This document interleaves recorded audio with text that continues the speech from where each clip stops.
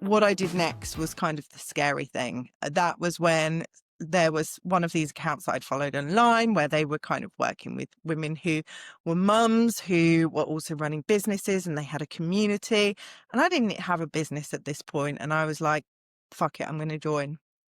And I joined, and I think I signed up for 3 months at £45 a month. And it was kind of like an accountability group. And I can remember sitting on one of the calls and saying out loud that I wanted to make £1,000 a month from doing this work. And I remember people's faces were kind of like poker faces, because to me, that was like this big, impossible figure that I was never going to make.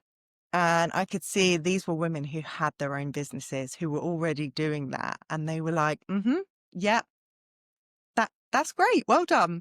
And it was the first time where I could feel that, because I could see the crack in their face. Oh, that's not a mad dream. That's entirely possible. And Yeah. from there, I built up a bit of a network. I connected with people, and I started out creating content because, again, that story around no transferable skills taught me that the only thing I could do was write. But very quickly, when I was helping other women who were building their businesses with their content, I realized the teacher in me, and the coach in me was the thing I couldn't run from. And the rest was kind of a process of trying to face up to the thing that I was trying to run from. Yeah, I think it's so interesting because to put yourself in a community of women that you wanted to be them, but you Yeah. definitely weren't them. Really, the reality of probably your day-to-day life at the time is you're a stay-at-home mum who is perhaps doing a little bit of something here and there as and when someone asks you for not very much money. Did you feel a bit of anxiety going into that group? But actually, on reflection, it was perhaps just the best thing, exactly what you needed. Yeah, it was exactly what I needed. And the real truth is I would have never put myself in that group had I not been a mum.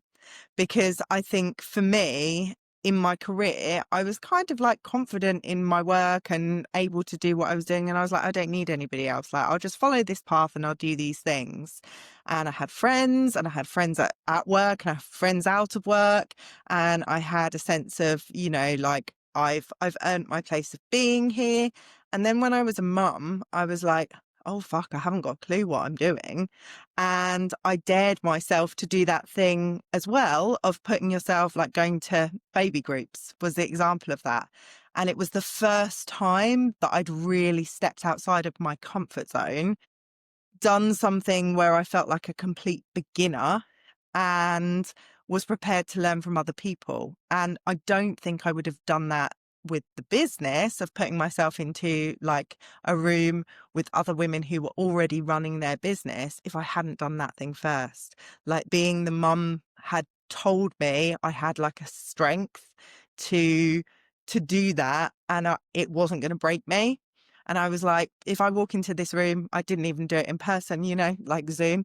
If I go into this Zoom room and people think, well, who is she to be here? Like, that's not going to break me. I think that's really interesting. It's not something I thought about before, but actually, you're right. For most of us, we kind of leave school and we have a direction of travel in our career, even if it's a bit wibbly in terms of it's not a straight line, is it? But we have a direction and we get ourselves into a job, and then we're kind of climbing a ladder of sorts. That's what we were told to do, to climb this ladder. So in teaching, you'll progress, you're gaining experience, and you find yourself after 5, 10, 15 years, whatever it might be, quite respected. You're experienced. People come to you and ask you questions. And there's a lot of pride that you can take in that you got yourself to that point and you feel confident, importantly, because the confidence comes from the doing. And then actually it is having children for a lot of people is the first time that you've had to become a beginner again. You weren't a beginner The last time was probably at school when you were 5 and you were having to learn how to read and write for the first time. And it's humbling. And like you say about like a teaching career, I told myself like, oh yeah, the comfort is kind of like the reward. I knew nothing about the reward and the fulfillment that comes from testing yourself and challenging yourself. And for Yeah. me, my Yeah. business has been that. It has all been about putting myself in those rooms, in those positions where I feel very uncomfortable at times. It's been about looking long and hard at myself in the mirror, and going, okay, so like, what are your deepest fears around this? How do you want to challenge yourself to do that? What is it you truly desire? And it's been the process of me doing that that has allowed me to see that for so many women, building that business is their opportunity to rewrite that story and actually go after the thing that they want and unlearn all of that stuff that they've been taught about, like climb the ladder, be safe and comfortable, create like a life that is sometimes ticking boxes. And don't get me wrong, I love my life, but a lot of that is like I was chasing, find the partner, find the kids, get the house, Yeah. etc. Yeah. And there's more within that too. And I'm a woman in my 40s and I feel like I'm only just getting started.